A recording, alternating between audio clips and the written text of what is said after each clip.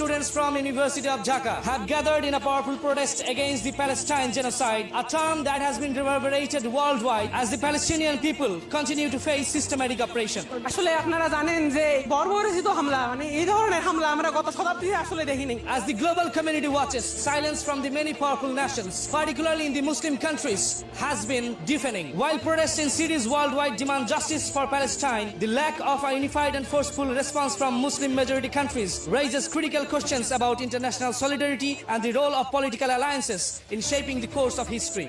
আমরা পারতেছি না, আমরা নিজের অবস্থান থেকে আরব বিশ্বের মতো বড় দেশগুলো যেখানে চুপচাপ আছে। এমন একটা পরিস্থিতিতে আমি মনে করি না যে ইসরায়েল শান্তিপূর্ণভাবে কোনো কথা শুনবে। আমার হিসেবে সকল বিশ্বের অন্তত মুসলমান সকল রাষ্ট্রসমূহকে ঐক্যবদ্ধ হয়ে ইসরায়েলের বিপক্ষে যুদ্ধের ঘোষণা দেওয়া, এর বাইরে কোনো অপশন আমাদের কাছে নাই, আমাদের মুসলমানদের কাছে এর বাইরে কোনো অপশন নেই। In recent times, situations in Gaza have escalated dramatically. Thousands of children, women, and elderly people have been killed, wounded, and displaced from their own homeland with excessive bombardment and air strikes.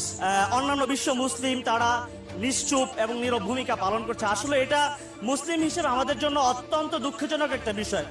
এটা তো ভাই ধর্মীয় কোনো issue না, প্রথমত কথা হচ্ছে এটা একটা মানবতার বিষয়। International calls for a ceasefire have intensified, but broker to peace have been unsuccessful and denied, betrayed by the Zionists.